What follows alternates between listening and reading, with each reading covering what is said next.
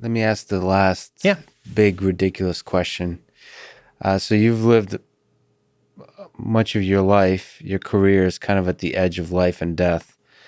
So let me ask kind of several different ways the same kind of question. One, have you pondered your mortality, the finiteness of it?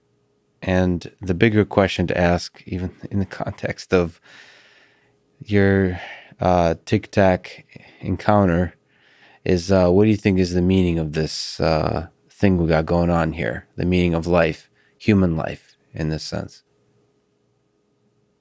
So let me start with, have I pondered my own mortality? Yes, quite often. And I don't get into my religious beliefs or what I am, but I will tell you that I do believe in God. I've just seen too many things in the world that I can't explain. And some people will explain it by subconscious. So I'll give you a story, and this kind of puts in the thing of, do I fear death?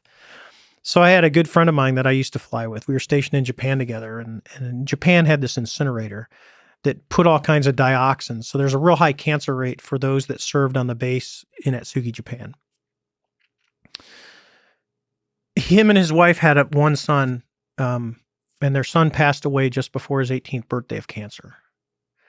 And I was hanging out with, I'll call him John, and I was hanging out with John. We were in oil and gas. He had come to the same company, and we were doing an event together.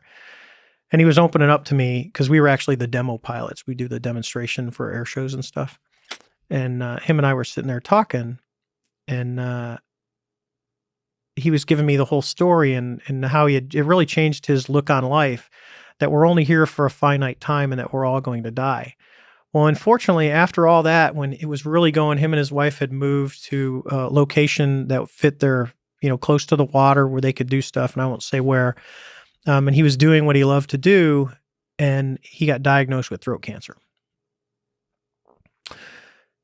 And I was talking to him, it was probably about maybe 2 months before he died. And I said, dude, hey, you're sad. I mean, this is your friend. And I'm kind of really bummed out. And this is the guy that's dying of cancer. And here's what he tells me. He says, Dave, dude, we're all going to die. He goes, but I have to look at it. I have to make the best of the time that I have. And I said, I understand that. And he goes, with the exception of not being with my wife, who he loved dearly, he goes, I'm okay with dying. I've had a really good life. And because actually the original announcement when he finally passed away, a buddy of mine called me because I don't do Facebook, and his wife had put it on Facebook that he had passed. And about the day before he died, for some reason I was thinking about him, and I had a dream, or I think it was a dream or an altered reality. You can get into whatever. But he was there. It was just him and I. And I was really sad in the dream. I was actually crying, and he was there, and he was actually in his uniform. He was in his whites, and because he was Navy. And we were just talking, and he looked at me and he said, and this is in my dream. He's like, Dave, it's all going to be okay. And this is a vivid conversation I have. People are going to think I'm weird about this, but I know what my dream was, and maybe it's my subconscious creating the dream. But in reality, to me, this was real. That it was put there for a reason. He basically explained everything. It's okay. I'm going to be fine. My wife is fine. He goes, this is what's meant to be, but and the bottom line was make use of every day that you have, because you don't know. And literally 2 days later, I find out that he passed. But ultimately, he accepted the finiteness of it. He did. Well, you have to.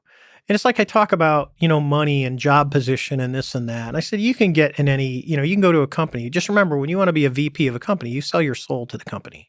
You have to. I said, if you look, I joke with people at work, and I said, when you ever think that you're important or this guy has that, I said, when you're sitting on 93 or 95, 128, and you're sitting in traffic and we're stopped, which doesn't happen right now because of COVID, but normally it's stopped, it's bumper to bumper, and you're sitting here like I was coming down here by the gas tank. When you're sitting there, look left and look right, and there can be a Lamborghini or an S550 Mercedes, and on the other side, there could be some piece of crap car. we're all sitting on the same freeway at the same time trying to do the same thing, which is just get home so we can be with our family. Because the most important thing that we have, it ain't money, it ain't our job, it's not our position. I go, because when it's all said and done, you could be, you can be, with the exception of the presidents of the United States, I mean, name the vice presidents. Most people can't. Yeah. And eventually they're going to die. Or eventually you're going to see a statue of a guy from the 1700s in the Boston area, and you're going to go, I don't even know who that guy was.